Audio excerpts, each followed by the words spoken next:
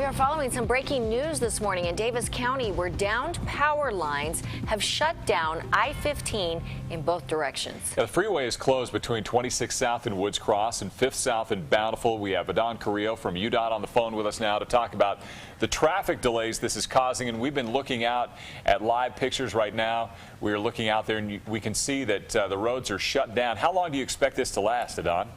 Yeah, right now, Rocky Mountain Power is on scene just trying to identify exactly how long it's going to take them. There's just a few lines down on the actual freeway that they're trying to figure out a better way to remove those so that they don't necessarily cut a lot of services, not only to power but also the communication lines. We do have Legacy Parkway that's now open to semis. We've lifted that restriction to semis so they can now freely travel through Legacy Parkway during this transition. We also have Redwood Road and US 89. Our traffic engineers have optimized the timing on those signals to allow for better north-south movement during this incident as well. Okay, we're watching them right now actually out there working. We've got a live shot of them working on these power lines, and we've been able to look and see what it's doing to traffic. It is ugly out there. Now, we heard reports that this all may have started from some sort of an incident with a dump truck. Can you tell us about that? I'd heard the same. I heard the same thing. There's apparently a dump truck with the dump belly that was basically up, and I believe it was high enough to snag some of these lines down, and that's what might have created this issue. I think it's still under investigation exactly as to why the dump belly was up. But you know, we're working with the authorities to make sure that we find out exactly what happened, and you know, just communicate to everybody to make sure they check those items in case that was the issue. So we see the crews from Rocky Mountain Power fixing the power problem right now as we're taking a live look at that. But let's go back to the your UDOT camera on Legacy Parkway. We can see the traffic looks like it's moving pretty well on Legacy right now. But yes, what about? Go ahead. There was there had been a crash just earlier this morning. I'm told that was cleared and put to the side, so traffic should be flowing as you know, as normally as can be. I mean, I'm sure there's a lot of delays out there right now. But those should be cleared out as the rush hour commute starts to wind down. And Don, let me interrupt you and get one more thing in. We're hearing reports, too, that people, they find themselves stuck in the situation and they're doing some kind of probably things they shouldn't be doing to get out of that traffic as far as backing out or the way they're doing U-turns. Or are you running into some issues there and those back streets getting really crowded? Well, I'm sure, you know, a lot of frustration out there, people wanting to get to work. You know, it is going to be like this for a little while, but you know, if it's not marked or indicated for people to make U-turns, they probably should not be making those movements because there's no turnaround, there's no safe turnarounds or facilities out there to do that, especially along Legacy Parkway. There's a lot of wetland kind of environment in between those lanes of traffic from the southbound direction and northbound direction, and so they could end up getting themselves stuck, especially because some of that ground may still be fairly wet from the recent rains out there. So we're not recommending people to do those movements just because they could end up finding themselves in more trouble. All right, Adon Carrillo from UDOT, thanks a lot for taking the time for us this morning. Appreciate it. As you heard him say, he didn't give a specific time when they expect this to be reopened. Everybody said in a little while. We don't know exactly how long it's going to take. That's just the word we're getting from UHP and UDOT. Yeah.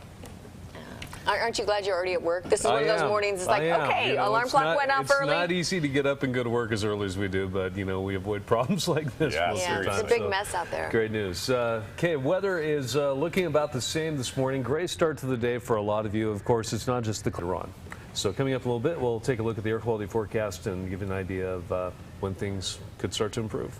Okay, thanks, Damon. You bet.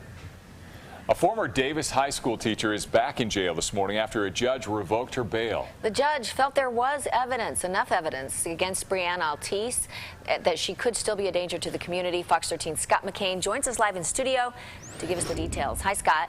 Yeah, good morning again, Carrie and Dan. A big setback for Brianna Altice as she was handcuffed and taken away from the courtroom Thursday after a hearing where one of her alleged victims reluctantly testified against her. Now, after the hearing, the judge ultimately ruled there's enough evidence to believe she committed a felony crime while already facing felony charges. She was accused of having sexual contact with one of the alleged victims while she was already out on bail on charges of having sex with another former student. Prosecutors call Altice a danger to the community, but her attorney says she's harmless. Are you going to appeal the bail revocation? We'll see about that. Altice was in court to hear testimony from a former student who testified that he had a sexual relationship with her. Now 18 years old, he appeared unwilling to help prosecutors, telling the judge, quote, "It's ridiculous and she does not deserve to be here." When asked if he still wanted to have a relationship with Altice, he told the prosecutor, quote, "Only time will tell." That teen is facing criminal charges himself. He's accused of witness tampering for contacting another alleged victim in this case. Altice was also ordered to stand trial on a new rape charge. Altogether, she's accused of having sexual relationships with 3 teenage boys who attended the high school where she taught. In the studio, Scott McCain, Fox 13 News, Utah. Thanks, Scott. 3 deaths from police shootings in 6 days. It's a statistic that worries both police and the public.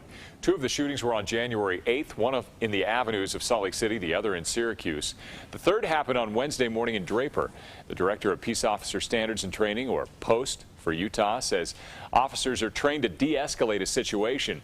Sometimes they have to protect themselves and others with force, but it's always traumatic for the family and for the police officer.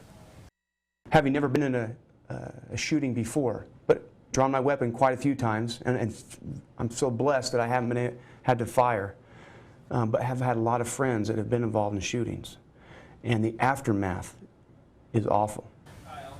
Stevenson says the police academy includes a 12-hour conflict resolution training, and many departments send their officers through a week-long crisis intervention training as well. We're going to check back in with Big Buddha right now. He's hanging out with some brand new cars.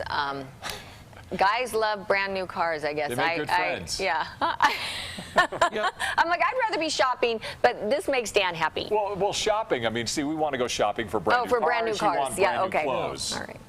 But you know, sometimes new cars depends on the definition. Like, yes, there's tons of new cars here, but there are also cars that are new to you. For example, I just want to show this out because it's so cute. You can come and check out Tweety. Look at Tweety 2 is here.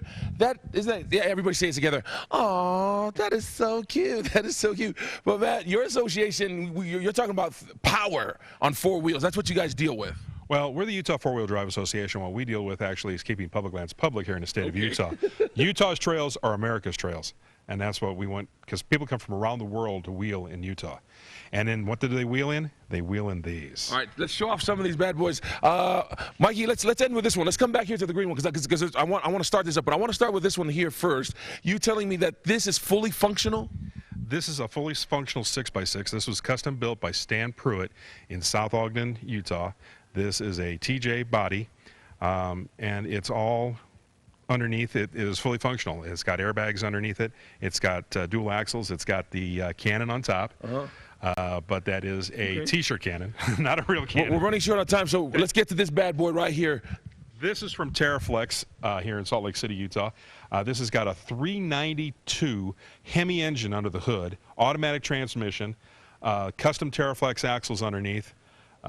This is just an absolute awesome. You can drive it on the road very easily at 70, 75, 80 miles an hour. What an engine like that sounds like, and we'll end the segment with that. Check this out.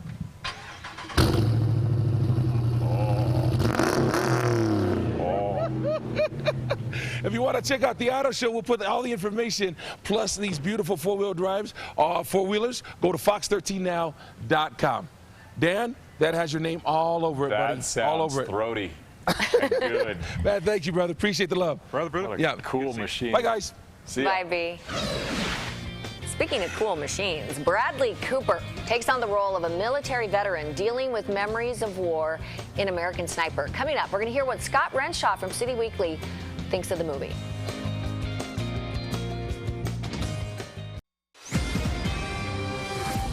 As we've been telling you all morning, a downed power line causing major traffic delays in Davis County.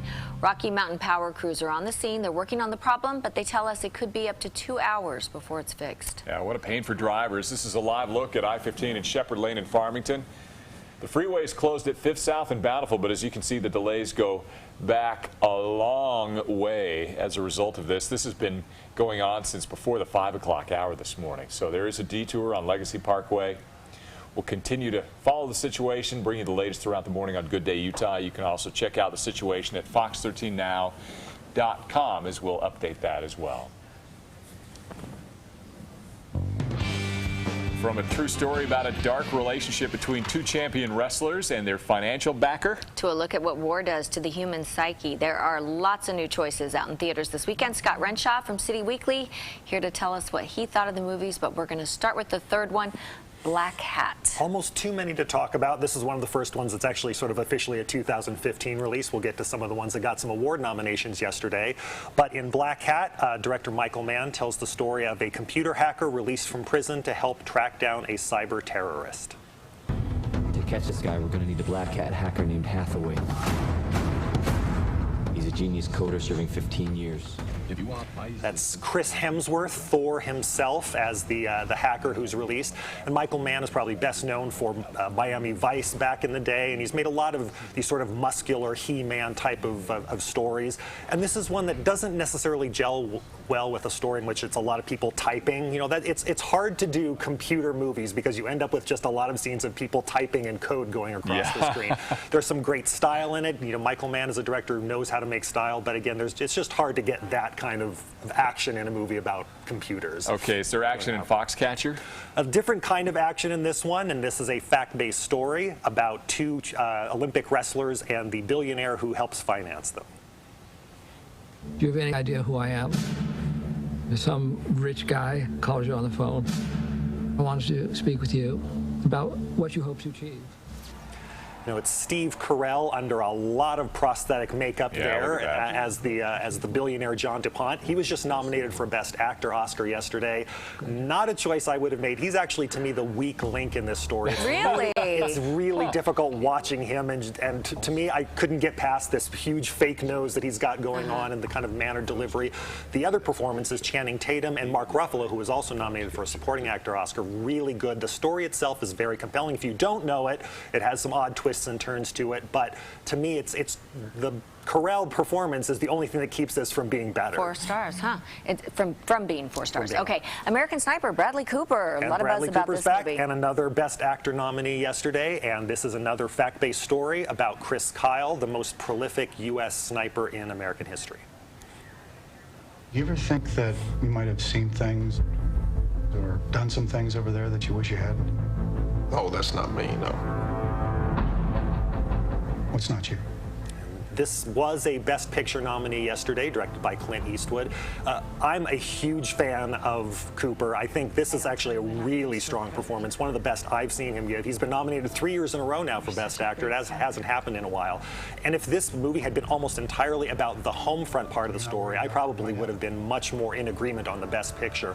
The part that's actually in wartime is very conventional war material kind of stuff, a lot of shooting back and forth when it really focuses on what it does to a soldier coming back home, trying to adjust to the home front. It's really strong, and Cooper gives a terrific performance. 3 stars. I just wish there had been more of him back home instead of actually in wartime. Still solid, though. 3 stars. And, you know. and a good movie to catch up with some of those Oscar nominees. Okay, some great choices. Thanks. Thanks. Well, 7:17 on Friday morning, and we've still got moderate air quality along the Wasatch Front. The X is indicating mandatory no burn day. Monday, it'll be mostly cloudy as a couple more storms brush just to the north of Utah. And that could bring some very light precipitation to the far northern part of the state, but wouldn't be very widespread at all. I can't believe the warm weather. Yeah, I mean, in the 40s. For mid-January, it is very mild. Yeah. All right. Well, let's go with it. Thanks, Damon. I think we'll have to. Well, Utah Department of Air Quality held a second meeting about a proposed wood-burning ban, and it was just as well attended as the first one. Why some people think the ban would be taking care of the wrong problem coming up.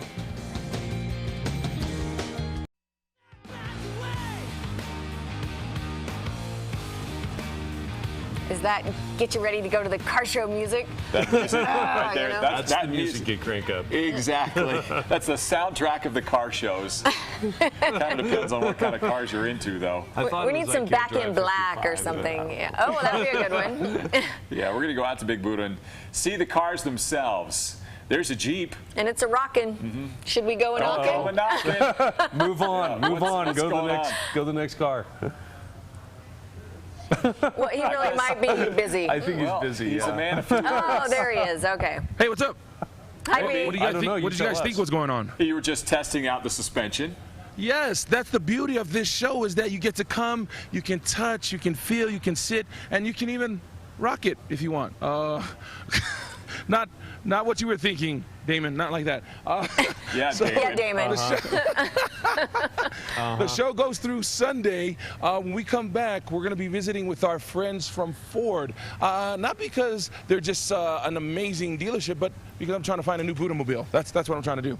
Yeah. All right. Shopping, huh? Not shopping. Looking for a new ride? Browsing. Okay. All right. So we'll be back in a little bit. And also think about the cars you guys want me to try to find for you if you're in the market for one, even if you're just browsing like I am. All right. That could be See you guys. tough because I want everything there. I know. See you guys. Right. Bye, B. See you, B. I guess that's it. Guess we're done. Well, economic growth in southern Utah seems to be going well, according to business leaders. What may be contributing to the continued success still ahead? And it looks like the newest addition to the Utah Jazz roster will be sticking around for a bit longer. Why the team extended Elijah Millsap's contract, coming up in sports. And we're continuing to follow things in Davis County, where some down power lines have I-15 shut down in both directions. Coming up, we're going to talk with someone from Rocky Mountain Power about how long the repairs could take.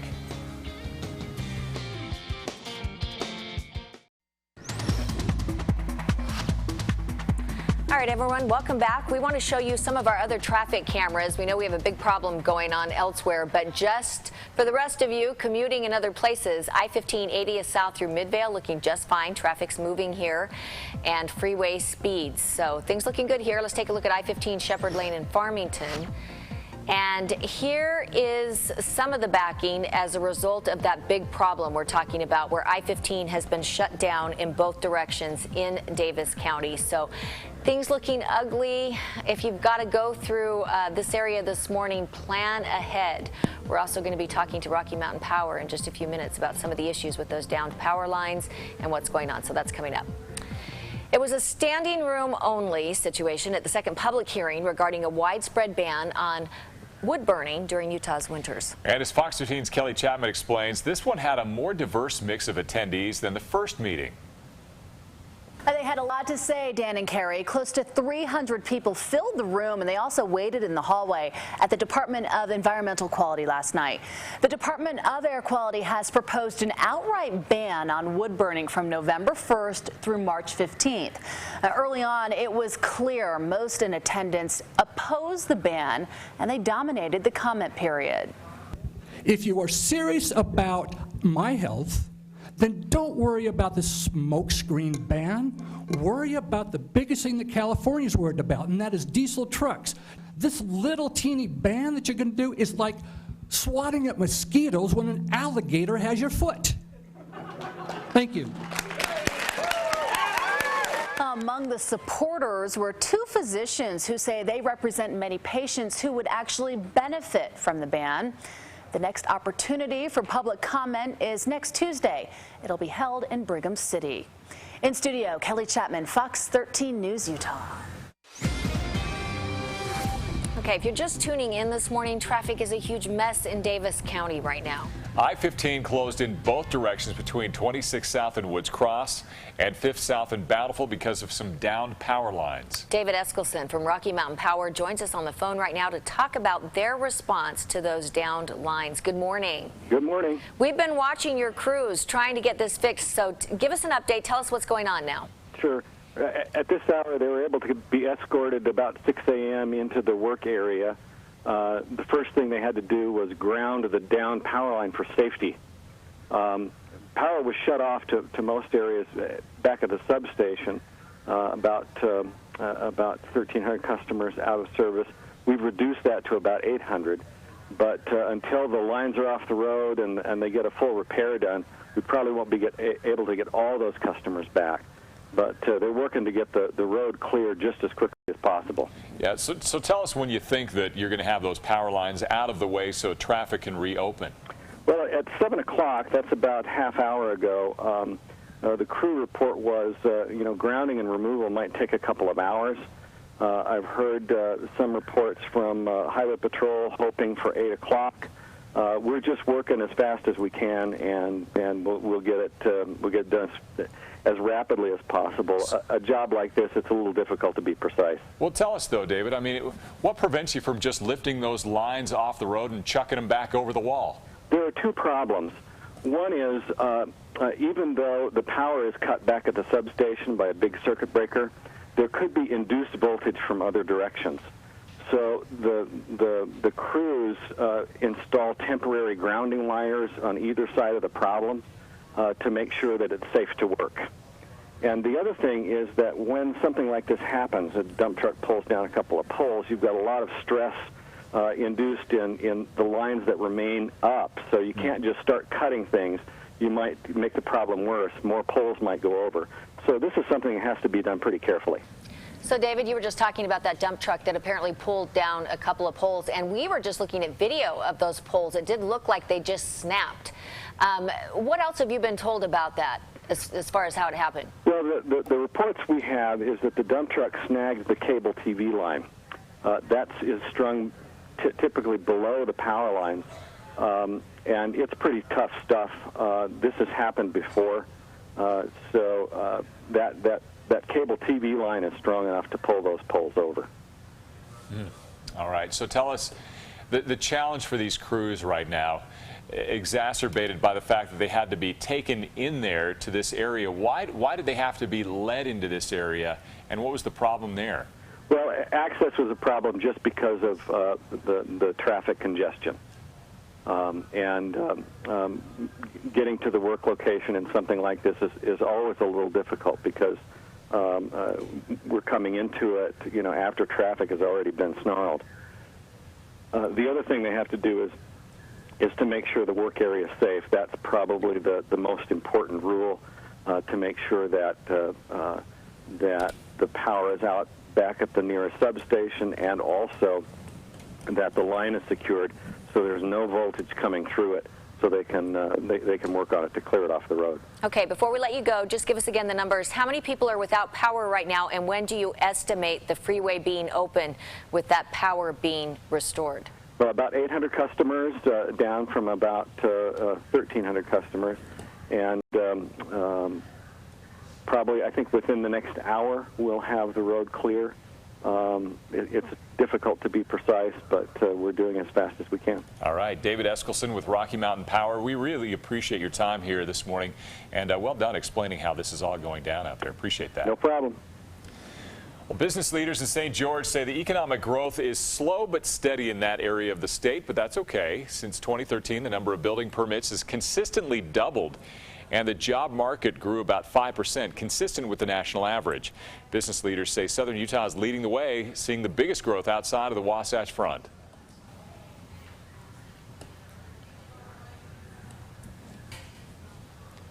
Our population has expanded to the point where we can be much more self-sufficient and less reliant on what's going on economically outside of our community. Now, economists say Southern Utah's location, climate, employee base are all factors that play into what they call a sweet place to be. we're in a sweet place to be.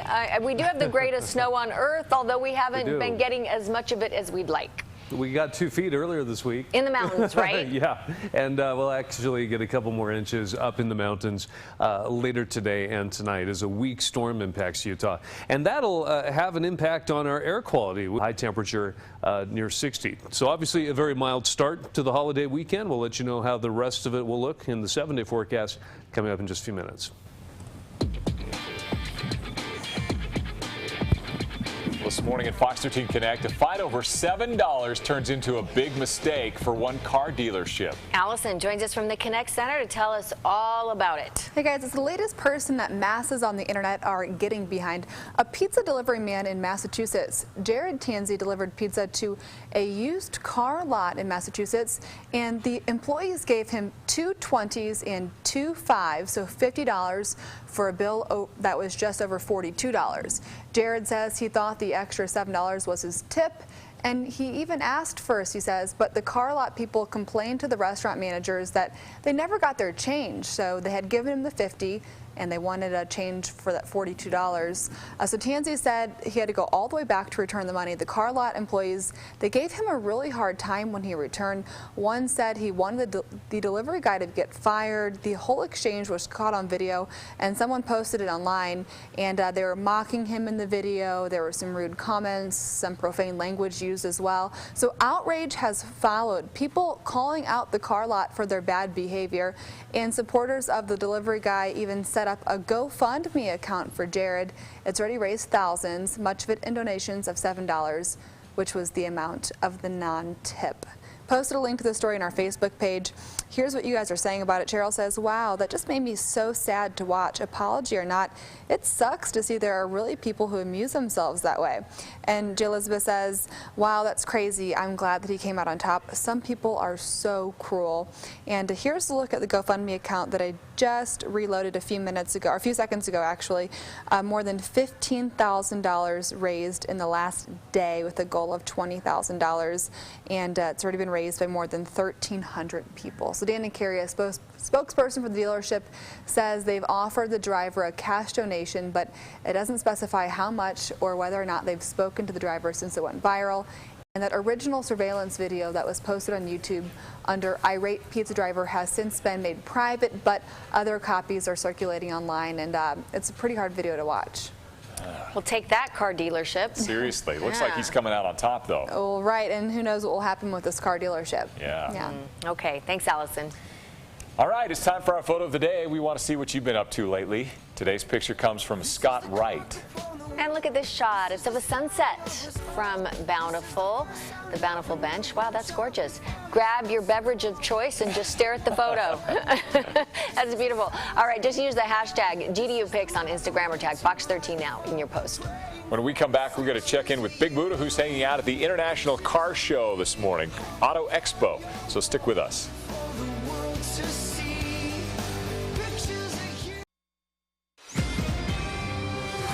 The big story this morning that we've been reporting that's affecting a lot of drivers and also households in the Davis County area. A down power line is causing major traffic delays in Davis County. Rocky Mountain Power crews are at the scene working on the problem.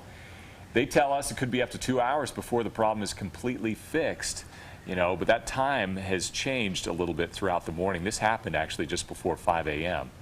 And it's taken them a long time to get this under control. It's a live look at I-15 at Shepherd Lane in Farmington that we're showing you, and you can see the backup here. The freeway is closed at 5th South and Bountiful. The delays go way back, and so give yourself a lot of extra time if you have to go through here. The detour is to Legacy Parkway, and but it's taking a long time just to get off of the freeway. And we're told by Utah Highway Patrol they hope to have the freeway reopened within about the next hour. We'll see how that goes as Rocky Mountain Power crews are still working out there on these power lines. Yeah, UHP just tweeted that they thought they would have it open by 8, but Rocky Mountain Power suggested it could be longer. So a good guess right now, we're hoping between 8 and 8:30. We'll continue to follow the situation and bring you the very latest throughout the morning here on Good Day Utah. Those living in St. George are now well on their way to having a breakthrough new community park. Yeah, All Abilities Park and its groundbreaking yesterday after the St. George City Council approved an $800,000 bid for phase 1 of the project last month. Park designers say the final product will be a 4-acre playground with dinosaurs, scenic walkways, and a train. It would be all handicap accessible. The total cost of the project estimated at $5 million. Should be great, though, for that area. Yes, and you can get a car for a lot less than that. Less than $5 million? Yes, yes. That's good news. Even though these are very fancy cars, yeah. Big Buddha hanging out at the car show. I don't know. Some cars are. I'd have to live in it because of the price. Like, I know, it's that seriously, much money. like the Bugatti, it's $1 million plus. You know, it's crazy. You know what? You don't always have to live in your car. I mean, we spend a lot of time because we're traveling in our cars. You know, you're taking your kids to soccer practice, or you're picking up, dropping them off for school. And so we want to make sure you're selective with the cars that you're going to buy. Todd, you're with Ford. What do you want people to think of when they hear that name, Ford? Well, Ford, we're all about product excellence and innovation, right? Technology loaded in the vehicles, good fuel economy, and a selection of vehicles. Small, medium, large, car, utility, truck, we offer it all. Again, product excellence, innovation, smart, dependable. What's the forecast for Ford in 2015 as far as what are you guys excited about? Is it gas mileage? Is it technology? Is it room space? Is it how many people you can cram in the car? Can I say yes to all that, right? You just did. Yeah, it's all of it, right? We've got the Mustang behind us. We got the F-150 here. We're launching an all-new Edge. We got the brand new Explorer coming out later this year, right? It's an exciting time because we've got, you know, again, that product offering, launching new vehicles, investing in product that we can deliver to the market. We've got all-wheel drive capability across the vehicle line from Fusion all the way up to the four-wheel drive F-150s. You know what I call what you just did? What's that? CYA, cover your assets. That's right. That's right. That's right. That's right. You didn't know I was going to go with that, no, right? No, I didn't. That's good. So, now, are trucks still hot right now? Trucks are hot, and this one's the hottest. Tell me a little bit about this one. So 38 years of truck leadership. Now we're launching the smartest, most capable, most dependable truck in the market, right? Military-grade, high-strength aluminum body, stiffer, stronger frame, high-strength. Military grade, right? That's crazy, bro. So lighter weight, 700 pounds come out of it, 500 pounds out of the top hat, better driving dynamics with that. We've increased the towing capability by 900 pounds, better fuel economy. This one's open up. Can we take a look under the hood? Sure. Is that all right? Sure. Okay. Now, this is our F-350 Super Duty, right? This is the big boy. So max towing capacity, 31,000 pounds. You can tow what you want with this one. I'm telling you. Now you know we're in Utah. Utah is truck country. We love our outdoors. We like to go up in the mountains. So a truck is definitely, you know, something that everybody in Utah should have. But if I had to ask you, what is your favorite car? Now, I know it's like asking you your favorite child. You know, pick a son or a daughter. Do you have a favorite from the experts at Ford? Which one would you pick? Well, I love them all, to be honest with you, right? You know, I got to say that. But the new truck, the Mustang, I mean, there's a lot to be excited about. And I'll tell you, my wife loves the Edge, right? Okay. So it's we got a lot of great product to offer and bringing it to the market here locally. Whether you're in the market for a new car or you just want to be, or you're a car enthusiast and you want to just check out what's hot this year, the Auto Show is the place to check it out. Todd with Ford, thank you so much. Really appreciate the love. We'll put a link on our website for all the information on the Auto Expo, fox13now.com. See you guys. Bye, B. See you, B. Uh-oh, we heard a scary sound. It was like sure, it's okay. I didn't know my microphone was on. Oh. Somebody's moving my camera I wanted to use, so I got freaked out for a moment there. It's like, come back. But, you know, we can still look at it. It still illustrates what I want to talk about. Let's go ahead and take a live look out now toward the south end of, well, actually, I'm not exactly sure where we're looking now. They moved the camera. But anyway, we've got a lot of clouds that have made their way in. And down in the valley, we've still got some smog and haze. So obviously a very gray start to the day. So Monday as a couple more storm systems brush by to the north. And that could bring some precipitation to the far northern part of the state later in the weekend, early next week. But it would be very, very light. So, you know, looking good heading into the holiday. Thanks, Damon. Coming up in your morning sports, the University of Utah men's basketball team continued their dominance of the Pac-12 conference against Arizona State. We've got all the highlights from the game when we come back.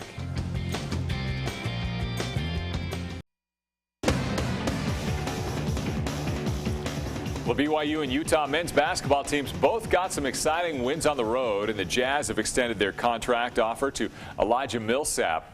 Fox 13's Jeff Reinier has the details in your Friday morning sports. Busy night for college basketball. The 8th-ranked Utes played their first Pac-12 road game last night at Arizona State. The Utes won their first 3 conference games, but Coach Kristoviak said they haven't accomplished anything yet. Let's see what they do on the road. First half, Jordan Loveridge puts up the 3. Competitiveness and some energy, which we like. The Jazz are back at home tonight. They'll host the Lakers. That'll do it. I'm Jeff Rainier with your morning sports. And here's what we're working on for the 8 o'clock hour of Good Day Utah. It's been called the STD of the sea. And now quagga mussels have been confirmed in a northern Utah reservoir. What this could mean for the reservoir's future coming up. And a former Davis County high school teacher already facing felony sex charges relating to an alleged affair with a former student.